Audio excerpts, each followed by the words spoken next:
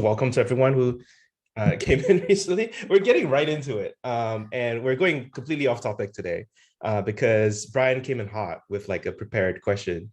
So we're just going to go right into that because that's just way more interesting. This is kind of what I call Big L notation, which is one of the bonus chapters that I included after the original publication. And this is something I've been thinking about for a while. Basically, if we claim to be learning in public and learning in public is the fastest way to learn, we should be learning faster than most people of the similar trajectory as us. The problem is that the broader like employment market and the broader world is not calibrated to this. They don't have a concept that people have different rates of learning. So the most common type of learner is the lossy learner. And this is kind of years of experience versus amount that you know and amount of your capability as a developer. You learn a lot in the early days and then it kind of tails off towards the end. And that's a very traditional path, I would say. We are on a different path. We are making notes and we're creating our second brain. We're thinking in public. We are connecting with other people and we're building communities to connect with. So we know people that know things rather than knowing things ourselves. So it's a tall ask to ask your employer who, I mean, you seem to get along with them well, which is really good. They just don't have this in mind. In their minds, if you're under 4 years of experience, there's just no possibility that you could ever feasibly do what they need, which is unfortunate, right? Like, do they actually care about the years of experience, or do they care that you can do the job? They care that you can do the job. It's because they don't have a better way of evaluating whether or not you can do the job that they default to years of experience. So I think one way to do it is to just kind of recognize that fact and kind of just deal with it. Like, it seems like you're happy. Like, I would say, like, on this side of the fence, all this doesn't matter. Like, so pretend you have 10 years of experience. Like the 1 to 4 years of experience will fly by. Like, you know, it almost doesn't matter. It's annoying that it's impeding your professional growth right now. But at the same time, as long as you're able to contribute and be effective at your job, you should still try to learn. That's the other thing about learning in public that I really like as well. At your work, you are only allowed to learn as fast as people let you, which is stupid. So ideally, what you want to do is you want to learn as fast as you want and as fast as you're capable, with people that are willing to see past your number of years experience and actually see into what you can do instead. So that is why I try to pick mentors outside of my current company, because the mentors at your current company are not necessarily the best for you. In fact, there's a 99.9% chance that they're not the best for you. So so I kind of sort of view it that way. Does anyone else have thoughts about like this situation? I want to open it up. It's not just about me. One question I do kind of have is, like, how many people are on your team? Yeah, Like, so that you work with, like, directly, by the way. yeah, so I'm kind of like I want to say, like, I'm kind of the sole developer. I do have kind of my supervisors kind of techie, but I'm the one that's like building out the core infrastructure. So it's like all of the JavaScript code, like all the Solidity stuff, like all that stuff is kind of me. And I'm totally fine with that. Like, it's a huge learning experience. It's definitely like a push for me, but I'm really grateful for the opportunity. I'm totally about to like rise up and meet that challenge. But I do have a lot of people on my team. It's kind of like maybe like a team of 6, but it's mainly business facing people. I'm kind of the sole technical person. You're the only like software developer there. Yeah. I mean, my supervisor, the one who I was talking to, like, will kind of guide me on like kind of what to do and sort of give me the vision. But then it's kind of like, who's going to code it? Like, that ends up becoming me. But I also say that with, like, I have amazing relationship, like everyone on my team, and we're all like really tight knit and really close. It was like a kind of an offhanded comment, and I was like, ooh, like, you're right. I don't have the years of experience, but I've worked really hard, you know? Yeah. So the reason I ask is because, like, if you have the ability to be part of a team, or if you find yourself in the position of having a team, you can always try to pair more regularly with someone who's more senior, because that's actually going to get you direct exposure to, basically, someone's going to have direct exposure to your skill level and be able to advocate for you.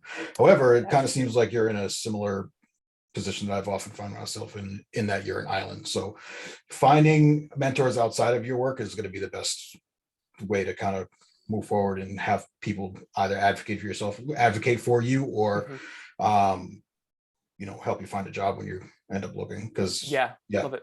I feel for you. I've been in that situation many times, and it kind of sucks. It's like, it's cool because you have a lot of growth opportunities, and I sort of feel like I'm one of those people that like rises to occasion. And Sean, like your book's been really helpful to kind of guide me in the path of like the developer I want to be in like 1, 2, 3 years from now, of like where am I moving towards. But it can be kind of hard because I feel like I was kind of like put into this like role, and it's like I kind of have to like grow up really fast. And I like a challenge. Like if it was easy, like none of us would be in tech. Like we like the challenge, and I definitely like the challenge, but it is kind of interesting because it's like, how do I account for it? And I feel like learning in public, like that repo that I created at the hackathon, I shared that actually with some of my mentors. They thought it was really cool. It got like 7 stars on GitHub in the past week, so I'm pretty happy about that. But like it's like I'm able to show that, and that's kind of like public receipt, kind of like you got the receipt, exactly. Bring the receipts. Yeah, and that's been helpful because I shared that with them, and they were like, oh, like you built this, and I was like, yeah, like in a weekend. So it's like in a weekend. Well, it's like, it's not like perfect. It's not like I'm going to go and like start like trying to get like VC funding for it or anything, but like it shows that I have talent that is right, Sean, like it's outside of like the work environment, and then it's kind of publicly verifiable in a sense. But proof of work, exactly. Proof of work, yeah, literally. Did Hyosong, Max, or Chad, you have your hands up? Were you responding to this situation, or you have a different question? Okay. No, like I just wanted to respond for a moment. I'm go ahead, Max, Max. By the way. Hi, nice Max. to meet you all. Nice to meet you. I'm from Malta. I wanted to respond to what Brian was saying, because like it sounds like at least like your peers at least have a bit of difficulty even evaluating like the quality of your work, even because you're saying they're kind of technical but not really as technical, and like most of the time the work falls on you. So it sounds like they have like even maybe some trouble kind of evaluating the quality of your work. And could that be the case? Yeah, because we had kind of a conversation about it, and it was like, yeah, like if this was like going through like a code review, like do you think that this would like stand up? And I was like, well, yeah, because I'm using like Next.js with TypeScript and styled components for styling, and everything's super like tight and organized. And yeah, I mean, I've gotten mentorship from people that are like much more senior than me of kind of guiding the skills I need. And I feel like I'm executing on those. TypeScript's a whole other animal that I won't even get into, but it's like learning the type declarations and everything was just crazy this year, but I'm making a lot of progress, and it makes more sense now. And yeah, I mean, I think it's maybe me needing to get more confident too of like my code and being able to let it stand on itself. Like I've had my code demoed, and people kind of log in and they go through the app and they like what they're seeing, but yeah, it's kind of how do you evaluate it? And I don't have like a Facebook or a Google that I worked for where I can like, oh yeah, it was like former, ex Google, ex Amazon, and like I could kind of lean on that. I have kind of tried to make my non-traditional path, so it's harder because I don't have like that big company to stand behind. I kind of have to like make my own name in a sense, but then you could be more creative. But yeah, like you work in crypto, like a year is like 7 years in crypto. It's like everything's all the time. That's so real though. So one thing I really like about your attitude is that you're very motivated. You know that you have skills, but you're also not arrogant about it. Like you're not offended when people imply that you don't know everything, which is really good. I will say that they're kind of in a way looking out for you as well. Like they know that you don't know everything, and you would probably do better with a mentor, right? Like, and you would like that. So if they are in a position to hire, what I would say is, you have an interesting opportunity now where you can pick your own boss by going out there and looking for someone that you would like to join you on this. Hiring anybody is super hard, and most people who are in demand already have jobs. The other thing that you can try is a code audit, which people do, like a one-off, like pick an expert in an ecosystem, pay them like $2,000 in a day to go through your code and give it a thumbs up or a thumbs down. And if they have validation, if your sort of other stakeholders have validation that like, okay, this other super senior person has looked through your code and he's like, it's fine. Like, I don't know what you guys are talking about. Brian's work is great. then you have more validation without that's more immediate, right? At least it's more immediately actionable. So those are some ideas. That's cool. And you said that's called a cold audit. I've never heard of that, but that's actually really code interesting. audit, CODE. Oh, code audit. Yeah. Yeah, Okay. yeah. So people I do know that people in do the that. React. That's cool. Yeah, people do that in the React world. But specifically for yourself, like make sure you've covered security, accessibility if your company cares about that. But the security for sure, because obviously that's important. And then yeah, just like general architecture and structure, like if you know the choices that you made make sense. Like probably they're going to make sense, but you know, a lot of people, especially if they're experienced auditors, can pick up on like things you might regret later down the line. So that's super helpful as well. Well, cool, Brian. Like you started us off really hot, so that was really appreciated. And this is a place where like I want to have these kinds of chats, right? Like this is a third place. Like you have your workplace where you talk with your colleagues, but you can't really be honest with them. You have your family or friends who are maybe not in tech fields, and they don't really get it. So my vision for this community is like, yeah, we just talk about career stuff as you know, it's like we don't all work together, but like we're all interested in growth, and we're interested in hearing each other's stories and progress. All right, so yeah. I'm just gonna keep going because like people had their hands raised. Hyosung, you wanna take the next one? Yeah, this is my first time here, so I'm not sure. Like, I know that you guys met already and talked about chapters 1 through 7, and I'm not sure that my question is in the right place It's cool. for that. But first of all, I love the book. I'm in chapter 18, and there's just so much in there that also all the links are amazing too. So I have to go through it again with all the links. But I think I have actually 2 questions, and I think they're sort of related. So I did a boot camp like 2 years ago, and then I got a job as a solutions engineer, and then I was transferred to PM. I think partly because they didn't feel like my technical skills were good enough. And then the company got bought off, and I got laid off. And so I was like, I want to upskill myself as a software engineer. So I joined launch school, which is how I actually found out about the book.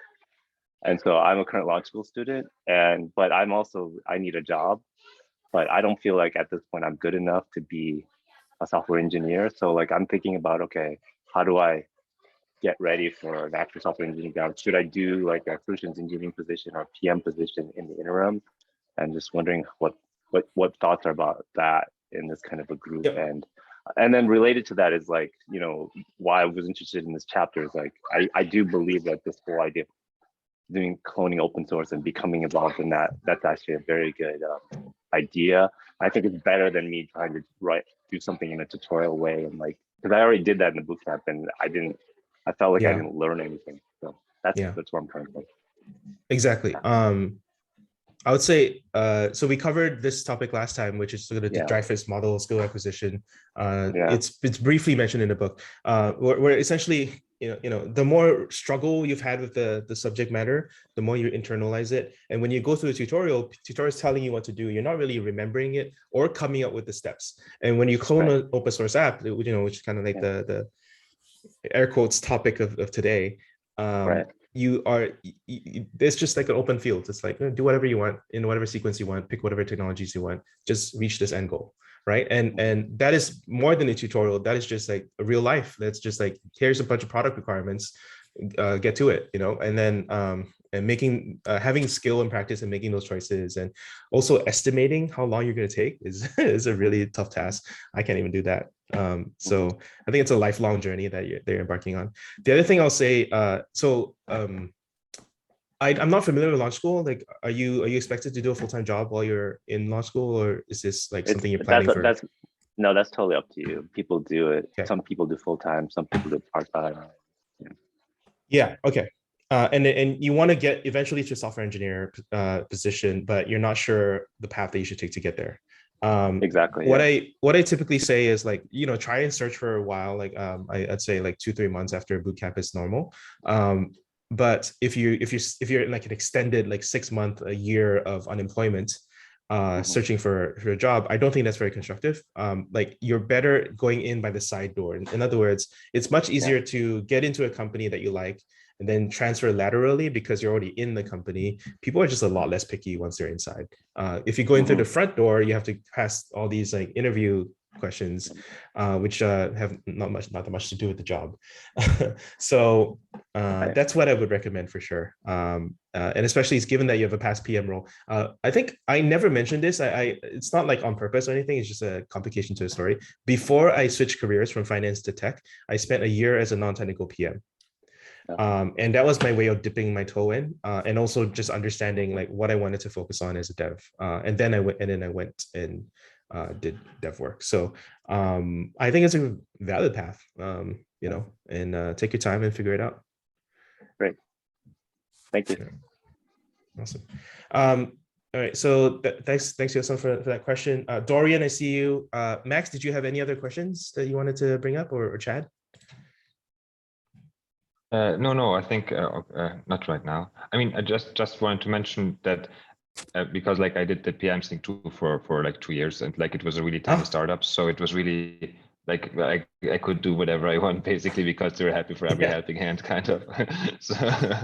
So like it's really like if you just kind of like you do it half time, maybe like a couple hours a week, and then like you can kind of prove like you also understand a bit better what you want to do. Like it was really helpful for me, but I didn't have my hand up. Sorry. Okay. No. I pinned everyone on my screen. In Zoom, you can pin individual people, and I pinned everyone who raised their hands. So I'm just kind of going through in reverse order. So Chad, you're next, and then Dorian, you're next. Chad, what's up?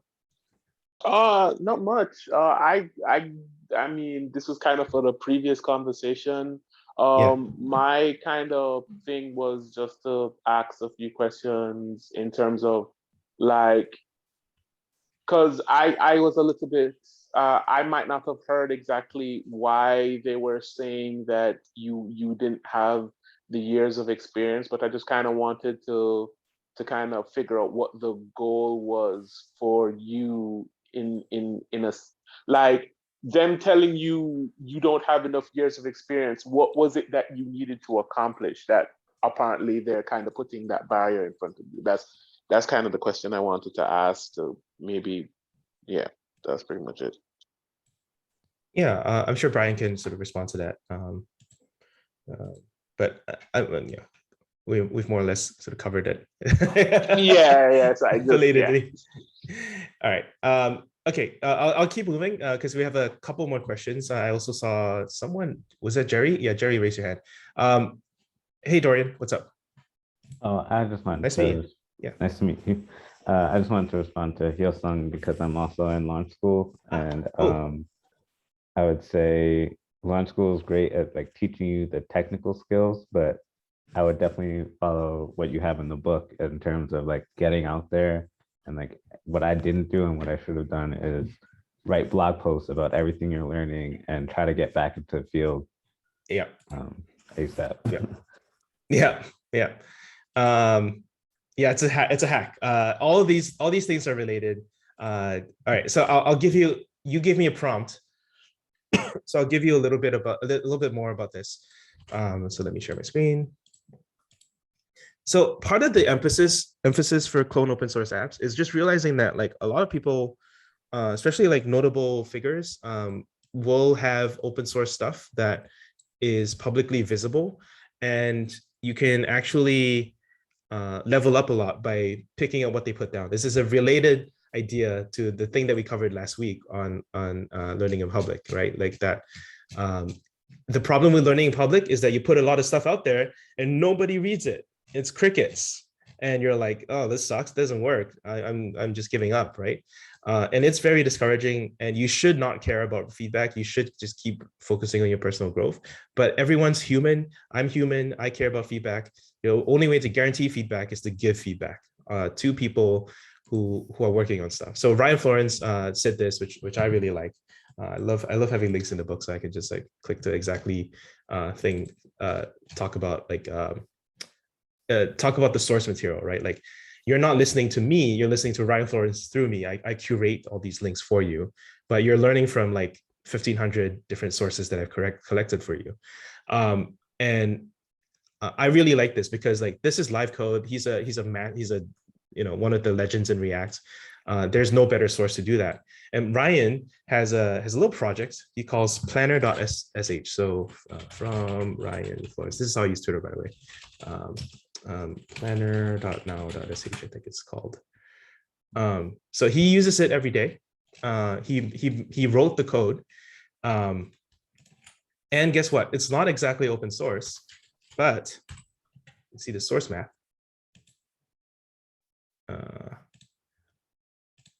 It's all here.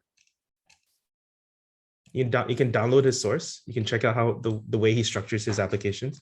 Some of this is going to be out of date. You know, he uses class components in React because he coded it in 2017. But it doesn't matter. Like you have the application here, right? And you can see how it works, and you can clone it and you can send it to him. I guarantee you he'll respond. This is his baby. Look at it. He just keeps talking about it. I guarantee you if you clone it, he'll respond. I guarantee you he'll review your code for free, because like that's just like a passion of his, right? He's a teacher. He's a developer. Like if you made a clone of this, he's gonna respond. So like, and this is one example of cloning open source apps. You know, and seeing the different choices that you make, having that response from people that you respect. That's what it's all about, learning in public, and that's a very, very high leverage way of leveling up. So that Dorian, I don't know if like that's related to what you're talking about, but like this is something I'm very passionate in driving across, and you know has to do with this week's topic, so I'm going to bring it in. So yeah, that's that. Okay. Sorry if I made too much noise about it. But all right. So that's that, Dorian. Jerry, you're up. Yeah, thank you. So not sure how this question fits in the scope, and I just throw it out there. So I think while I read, it gets hazy on the why of doing these things. I think what I find is the goal is to level up, right, on cloning open source. But one thing I noticed is I get distracted because I don't know which one to focus on, and I get distracted easily. So I've been tinkering. So I have dev experiences. I have big company experience. Right now, I'm looking to start my own company as a CTO, looking for my co-founder as well. Trying to do somewhere in the space of Web3 and data. So I think, and then my interest kept iterating, and then I think while I read your blog post on pick up what other people put down and then learning public, I think it gets a little hazy on the why. Like what should I do? It's like I try out different projects or different open source, and when I get stuck, I'll just switch to the other one and those kind of things. So even when I try out those cloning open source projects, where like knowing my purpose kind of helps, but I right now I'm even vague on what's the purpose of those things. I don't know if my question is clear. I think it's just like a general vagueness of confusion. Yeah. You're looking for me to tell you what direction you should take things, and I don't have an answer for you. That's right. Sometimes it takes a while to find things. It's okay. Yeah. Try new things. It's almost like experiments. Like I think there's an issue of giving up too quickly because you don't see instant results. I think that's a problem. Especially if you want to be a founder, you need to have some grit of sticking it in there, particularly when nobody believes in you, but you really strongly believes in something that needs to exist in the world.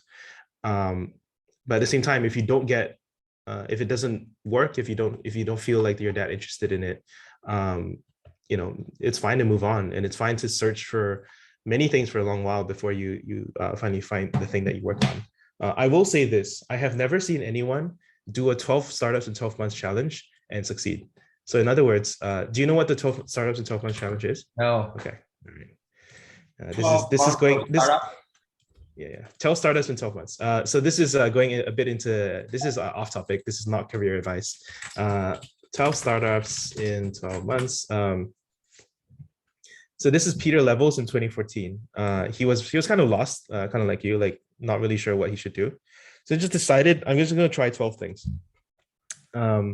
And every month I'm gonna go through the full process of ideation. Like basically what this forces you to do is you're at least going to stick out every single idea for 1 month. Yeah. Right? Just to try it out.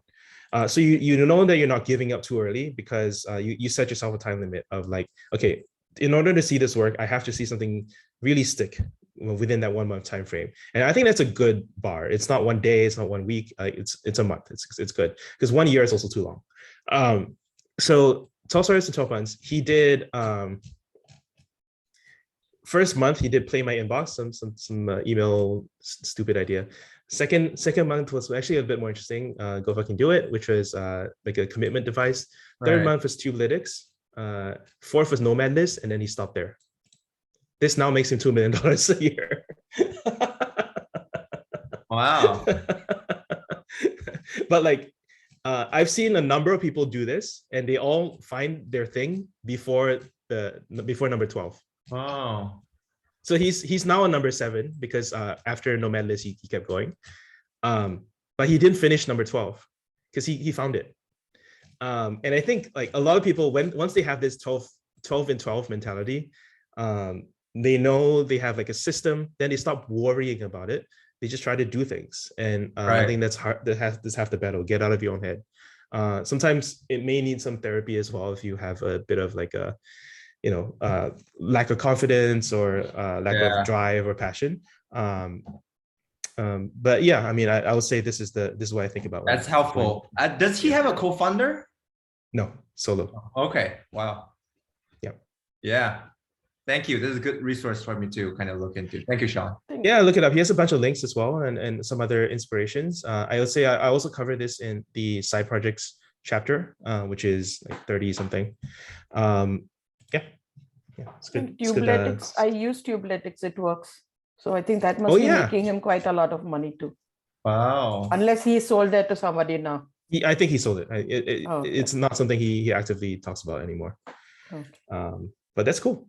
I'm interested in what you're doing, Nilofer. But first, I have to let me answer. So Omar, I'll get to you. I want to answer some questions first. So Juan Enrique, do I just call you Juan?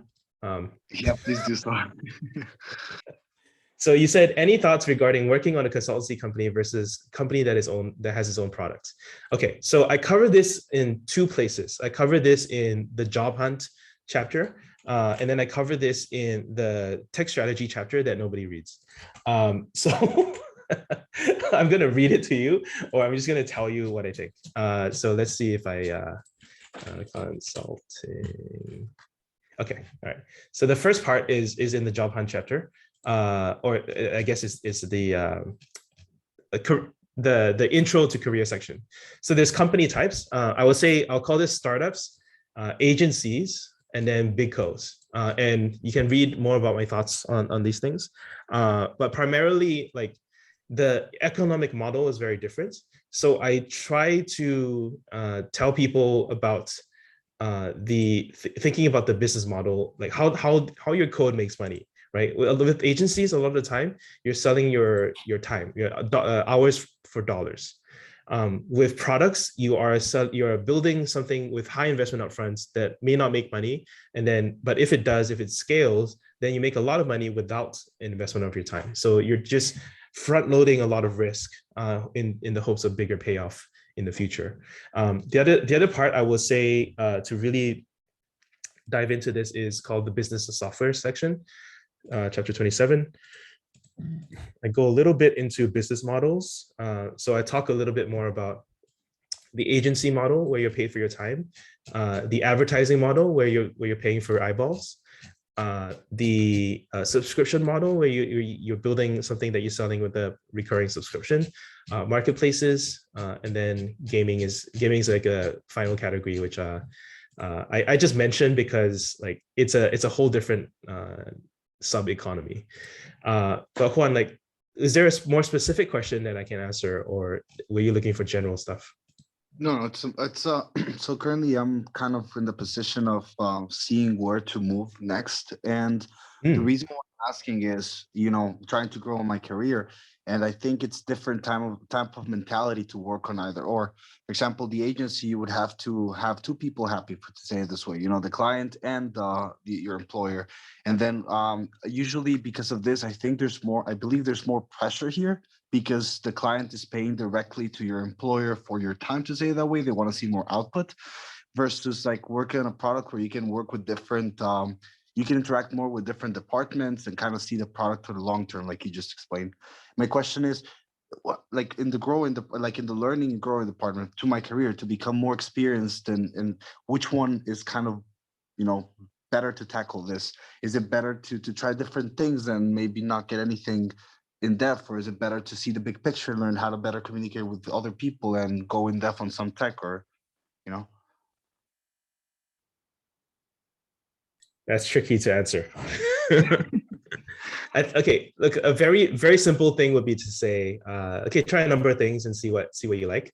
I do think that there's a good sense of that. I think there are some personalities that are very, very well fit for the agency lifestyle, particularly when you can have a clear handoff and having exposure, and especially in the earlier part of your career, to a number of different clients, a number of different tech stacks, being able to be extremely versatile helps you search the space of possible things to do faster. Then you can settle down on something when you really decide. So it's like kind of like dating versus getting married.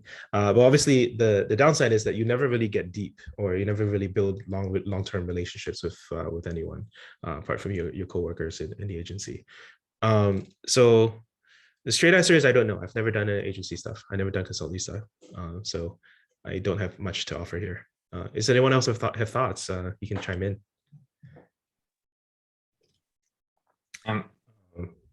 Like some friends of mine, they like, I didn't do any consultancy either, but I studied economics, and so many friends of mine kind of went into the classical kind of consultancy thing.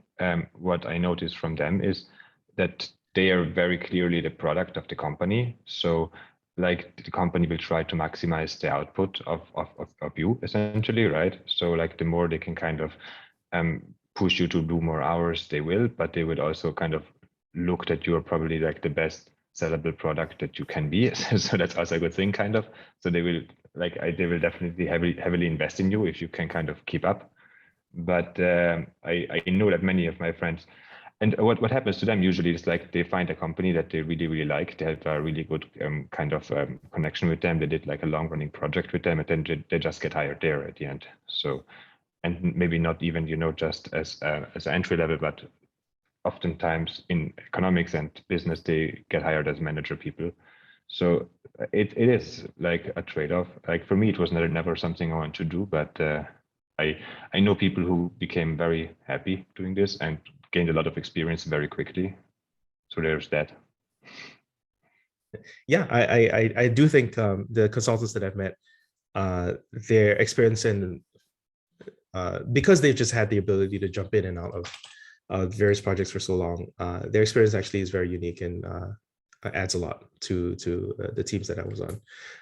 I'll say one more thing, which is also like, I think succeeding as a consultant is more about marketing than the actual delivery of stuff. Like you have to be able to market yourself, because most of the time people just want to hire the best at something to do relatively commoditized generic tasks.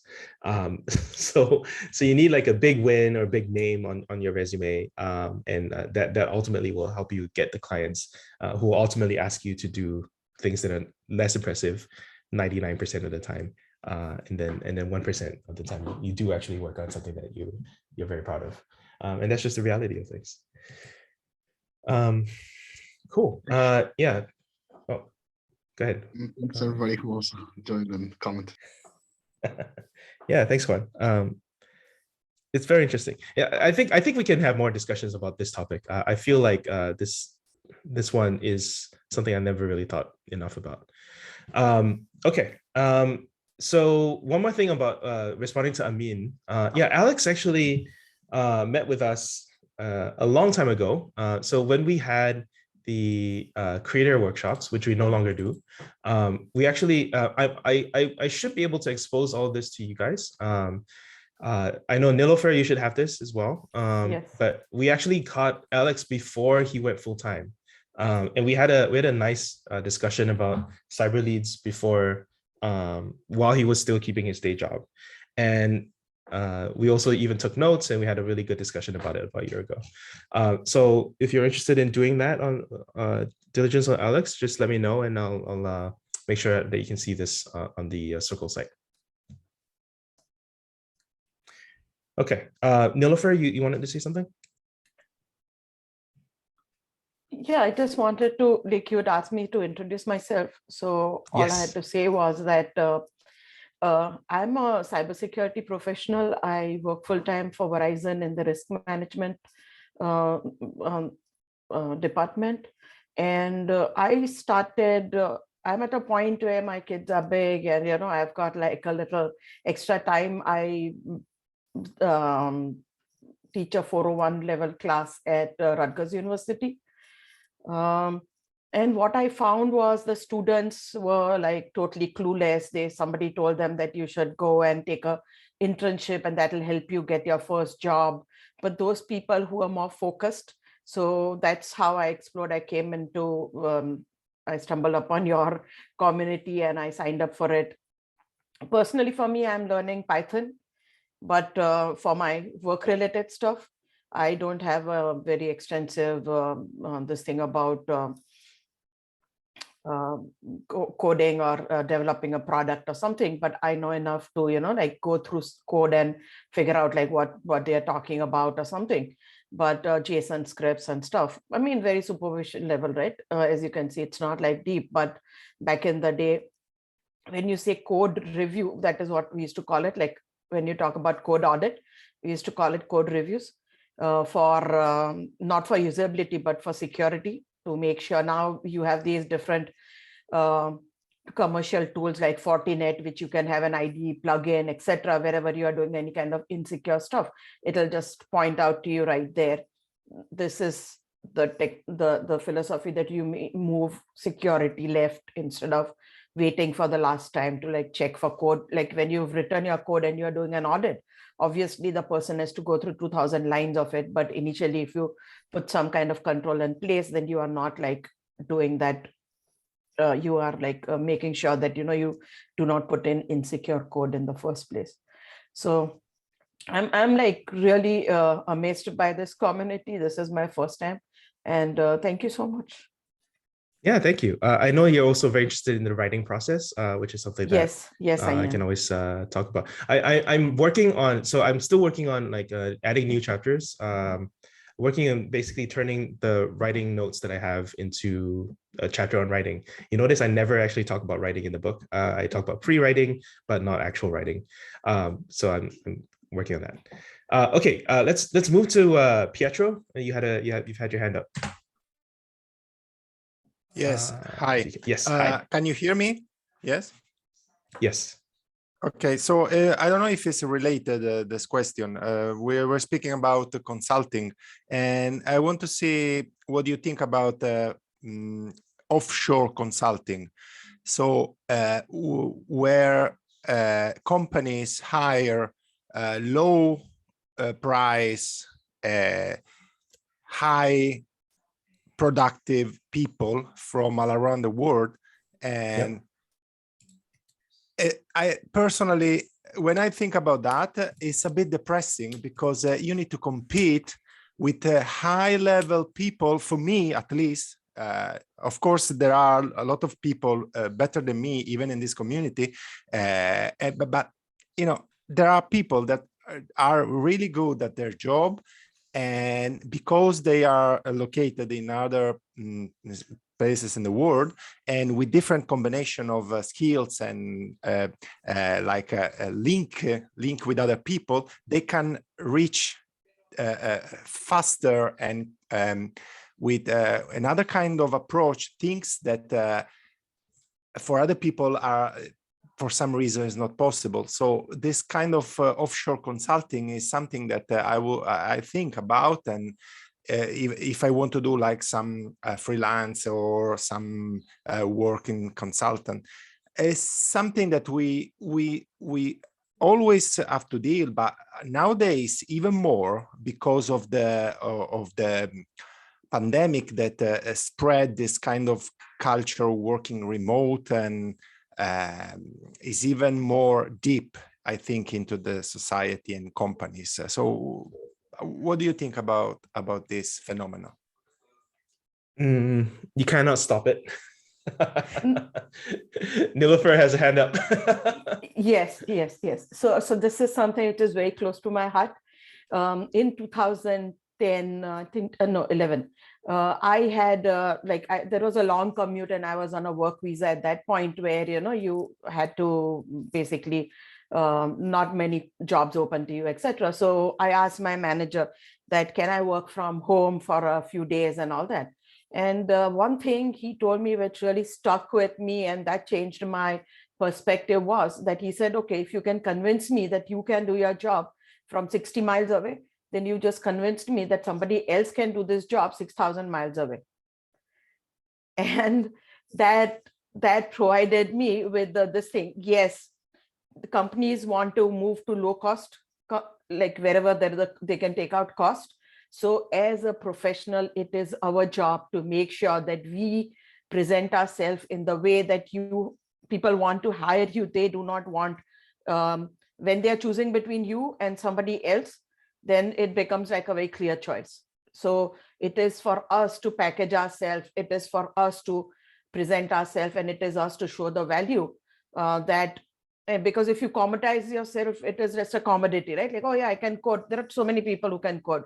But then when you add something else to it, that makes you unique. So that is what I've been trying to do.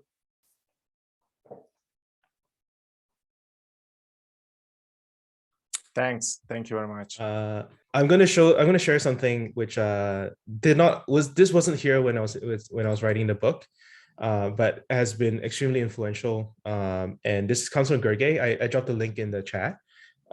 It's called The Trimodal Nature of Software Engineering Salaries. Forget the other part. The theory is this, that there are 3 job markets in every country. The tier 1 companies are the lowest paid, and they're competing against local companies. Tier 2 are sort of regional or all local companies, like local peers, and then all companies which are a little bit higher, and then finally it's all globally, all companies worldwide.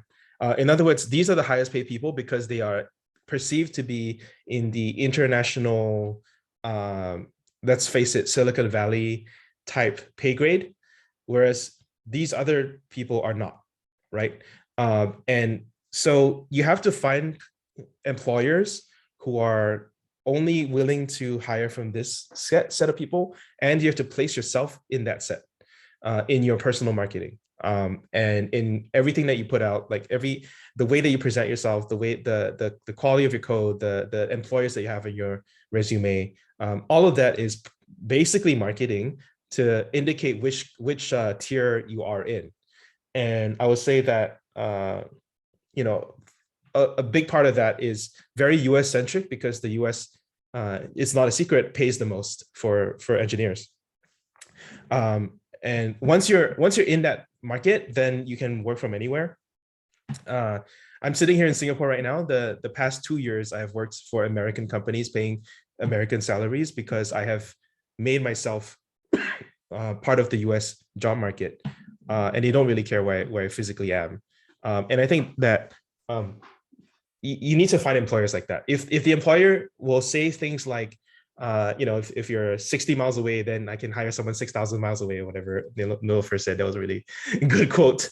Then yes, I mean, if they think like that, then there's nothing that you can do to persuade them. You have to make yourself stand out enough that they don't care about that. They don't care about optimizing for cheapness. They want the quality of your work or the experience that you can bring. So just try to think about the kind of job market that you're positioning yourself in.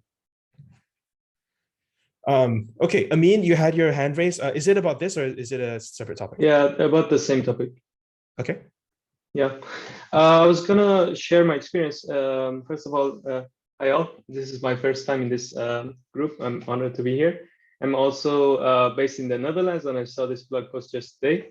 And I can attest to that. Most most companies are actually giving you a very average salary here, and only a few handful companies are actually giving you a lot more salary that you can spend in here. So I can definitely say, yeah, this blog post is accurate.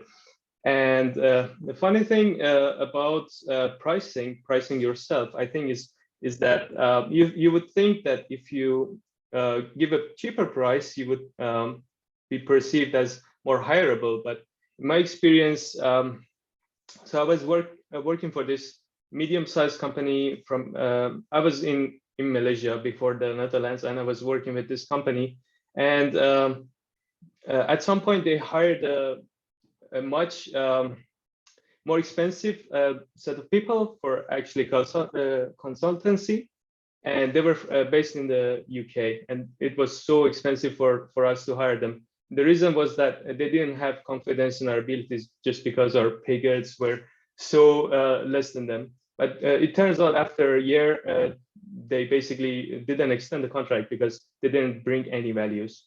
So what I'm trying to say is that don't always think that lower price is a bad is a advantage for someone else, because sometimes your higher price can actually brand you as a more powerful or more experienced in some ways. So yeah, that's my. It's all marketing.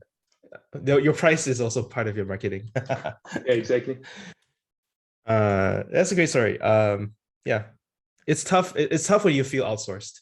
It's tough when you feel like you're competing with those crew. And you know, I have a similar, I'm a related story. So someone that I'm advising as well, someone who's a recent college grad, was telling me he just joined the company, and he found out that someone else with the same number of years of experience, same level as him, got 2 times the equity that he got. So he's essentially getting maybe like a 30% higher total compensation than him for the same amount of work. And honestly, he does better work than the other guy who I've never seen. So I'm like, so he's like, should I go back to my employer and, you know, try to argue for equal salary? And I said, and I think this is a fair question. I think it's very normal to feel upset. It's normal to feel like you need to get paid the same amount for the same job. But I told him, like, you know, that person negotiated well and you did not.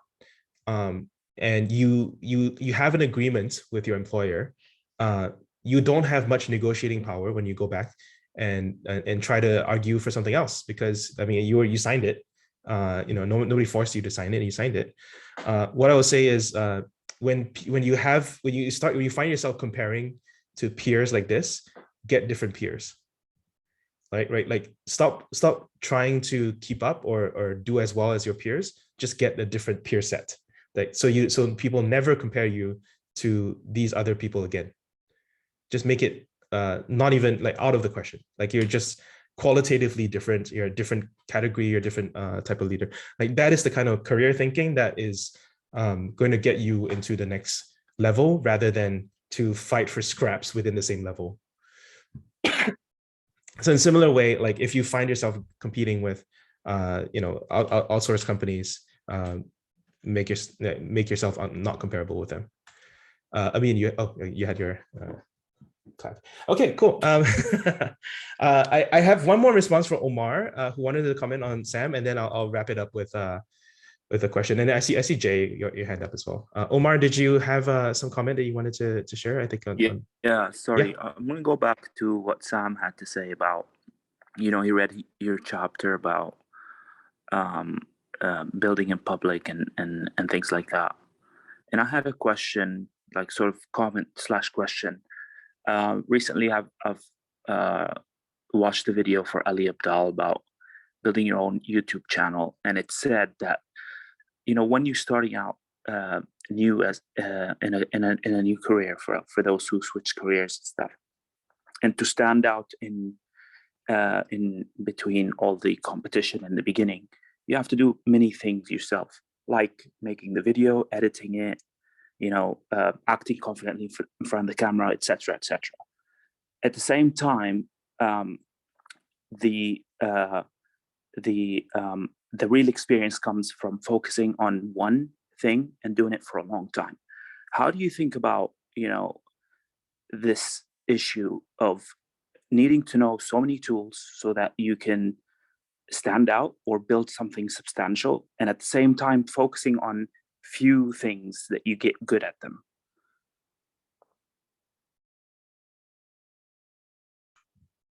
Yeah, I don't really have a good response to that. I'm trying to figure out still. Definitely wouldn't say I have mastered it. I will say you don't have to. You can focus on a thing and then change your focus, which is similar to the marketing yourself chapter, where we talk about planting a flag. It's not you're giving up optionality. You're saying by choosing this one thing, here are all the things that I'm not doing. But you're not saying I'm going to do this forever for the rest of my life. You're just saying like this is my thing for now. For the next month, I'm going to be all about this, and we'll see if it works. If it doesn't work, I'll move on to the next thing. And if it does, I'll just keep going. Something like that, right? Like that's one way of thinking about it. The other way I like to do this is to have a small set of interests, to be realistic that you cannot be an expert on everything in the world. And to have it's essentially what the Feynman method fans call the 12 favorite questions. Like what are your 12 things, or 10, 12, 6, whatever, small set of things that you've chosen to just investigate for the foreseeable future. Maybe not the rest of your life, but for now, these are the top 12 items. For these 12 items, you're going to be the world expert on them. Everything that happens in this domain, you have tried out, checked out, read, have an opinion on. People should know that you've actually like created something with it, whatever, right? Like you should be on top of that. Anything that falls out of the 12 is just entertainment. Like it's celebrity gossip. It's like internal politics. Like who cares, right? Like it may be fun to gossip about, but ultimately not really going to change your life in any way, and it not actionable in any way. People get canceled for this because like war in Ukraine, yeah, terrible, sucks. But like, I'm not going to change my life on the back of that, right? Like, so I don't have to be the world expert on Ukraine, troop movements. I need to focus on the things that I've decided to focus on. So this is called the 12 favorite problems method. And this is a fairly common thing once you discover the sort of Feynman method, which is just a way of focus, right? Which is and you'll find a lot of these quotes because it's an extremely famous quote. In other words, like you look like a genius because you just decided to focus on something more than anyone else. That's it. And maybe focus is not the right word because you're focusing on 12 things instead of one thing, but still it's a limited number that's small. So that's that. Sean, I agree with you that I block out any kind of news, and that is because if it is important, I'm sure other people will tell me about it. But by keeping that out, it just keeps all the negativity, and it's just like a suck of time. So I don't want to know about news. I don't want to know about anything that's going on, so I can stay focused on what I'm doing. Yeah, I mean, I think it's possible to take that too far. You do want to stay informed, and you care about the condition of the planet and your fellow human. Yeah, but on my topics, not on everything else. Yeah, not during work time. Let's say your work time is like 40, 60 hours a week. During that time, focus, right? During the rest of your time, do whatever, right? But during the work time, focus. Okay, Jay, you're the last speaker. Thank you. No pressure. Thank you. So, not a question. I've based on these topics, I've been a consultant. I've been in a product company. I worked in offshore teams. Oh shit! Okay. I hire offshore teams. So you're very relevant. Some context. Like I used to work in India. Worked at Cognizant. Started as a so if you convert it to dollars, I made $3,000 a year. So for that I started there. Now I live in the US. I'm in the Bay Area now. But so a few things. Consulting companies are easier to get into. They won't ask you lead code questions. You just need to know you should just show that you have some tech skills that you can code, right? Like you can write HTML files, you can write some JavaScript. If taught, you can build an admin panel. That's about the level of skill that they're looking for, because that's the kind of, you can start with projects like that on consulting. So it's easier to get into than some of the product companies. So it depends on your life situation, right? So I wouldn't say stick it out until you get into FANG, right? Like it depends on the life situation. Whatever you can, if you need a job, you can get that by just preparing for doing something and getting there. But at the same time, I've told my friends here, where you get started matters, because if you get started in a consulting company, in a tier 1 company, it's really hard a few years down the line to get into FANG, because you are in a different, you are compared at 5 years at FANG is not the same as 5 years at Cognizant. So you can get started wherever you want, but be very careful. Or if you're very ambitious, try to move from tier 1 to tier 3 as quickly as possible. Otherwise, you'll be stuck in, maybe you can get to tier 2, but it's very hard to get into tier 1 after that. So that's that from my experience, basically. And also consulting companies will help you out a little bit. If you are an ambitious person, you will find it frustrating to work at consulting companies. That's why I moved out of consulting companies, because any idea that you have, if you are an enthusiastic contributor, you're a self-learner, you want to do new things, yeah, first of all, your manager will not allow you to do anything more than what's asked for, because it puts everyone else at risk. And then second, every one of your ideas will be filtered by someone, let's say a manager on the client side, because it is their idea that goes up to it, like irrespective of, you may be working for one organization, so they will shoot down your ideas even if the executive will think it's a good idea, right? So, and it could get frustrating if you're an enthusiastic person who wants to put your ideas out, right? And that's where learn in public will work better. I think you just put it out there, like, oh, don't go to your manager with your ideas, just put it out there on the internet and you own it, right? Well, don't share any company secrets, but yes. Yeah. In general, so you can find it frustrating, and many companies will treat employees and consultants with slightly differently. I've had different experiences. In some companies we treat them all the same, in some companies not. Like for I'll touch on another topic, which is offshoring projects. And if you offshoring and remote, the challenge, I have remote teams, like I have about 20 people working on my team, 20, 25, actually 30 plus people working on my team across the globe. What I find, some of my best engineers are offshore. I'd say my best team is in Malaysia, right? Who I talk to them once a week for half an hour. That's about how much I talk to them, and they are my best team, even compared to even people in the US. And the reason they're able to do well is they're, first of all, strong engineers. Second, they have a problem to solve, and I don't give them tasks. So what I've seen is, like in my team, I've seen my project managers give specific tasks to individuals. So when companies are giving out tasks, and I'm trying to change this, as giving out tasks, individual engineers don't have the context of what they're doing. Right? They get a task, you need to code up this one page, or you need to code up this one report, and they do that, and they don't really understand why they're doing it, how does it connect to the actual value of what I'm doing, of the product that I'm building. And in those, so when you're looking for remote, when you have a remote position open, look for teams. I would say look for something low. They should be outsourcing autonomy. They should be giving a responsibility to you and not just giving tasks. So ask in your interviews, like, what will I get? What will you give me? Will you give me a problem, or will you give me specific tickets on Jira that I should work on? And if it's specific tickets, then it's not going to help you. You're going to get bored. So look for that in those cases.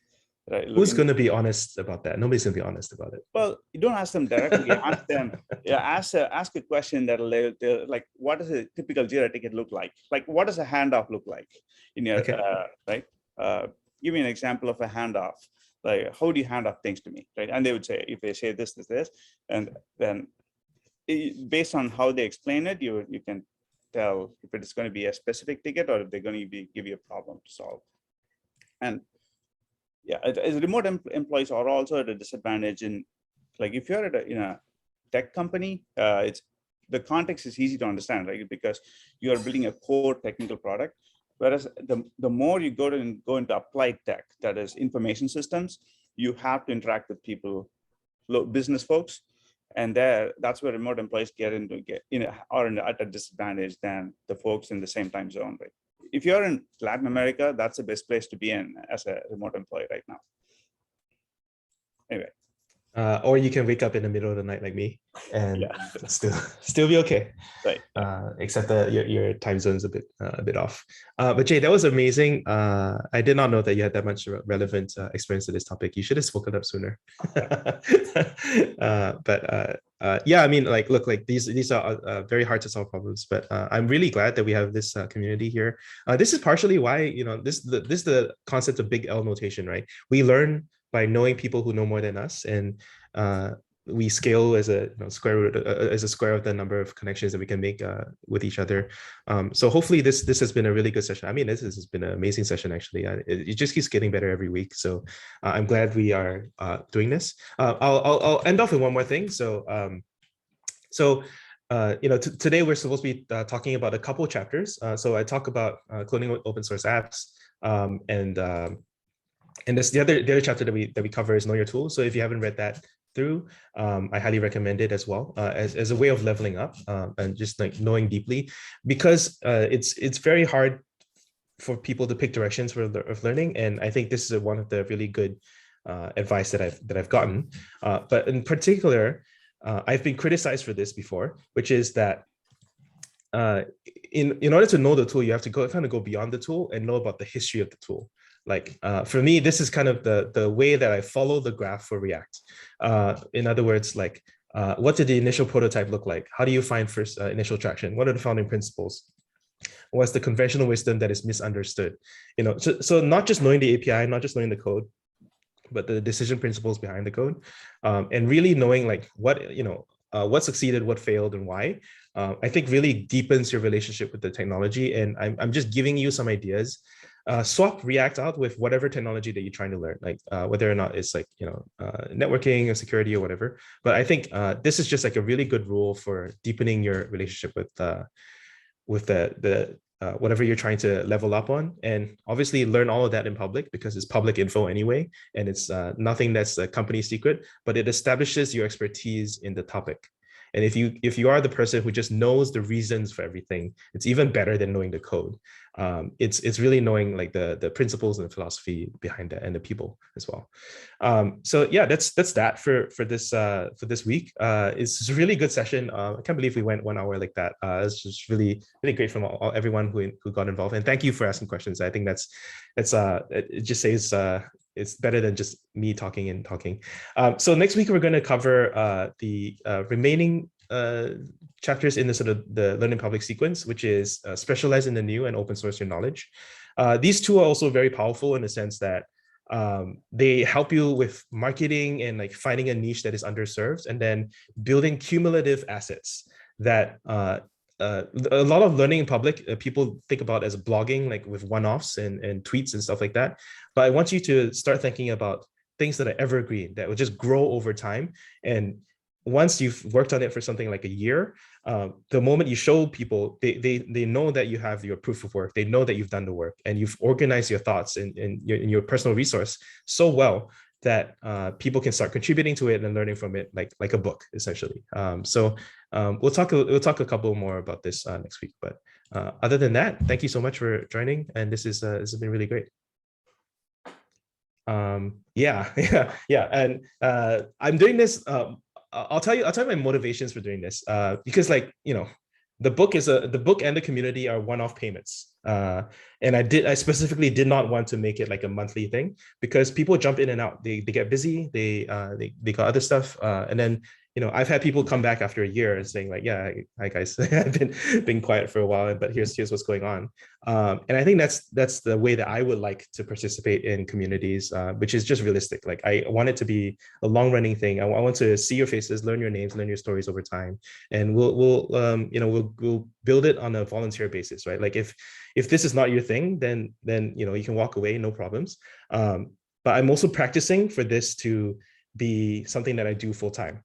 So any feedback that you can give, you just email me, and I'll definitely learn. If you think that there's someone else out there who does a really good job of like community building, leading workshops, stuff like that, I'd love to learn from them as well. But yeah, all right, I'll end it here. Thank you so much for joining. Are we going to do the writing, the creators workshop?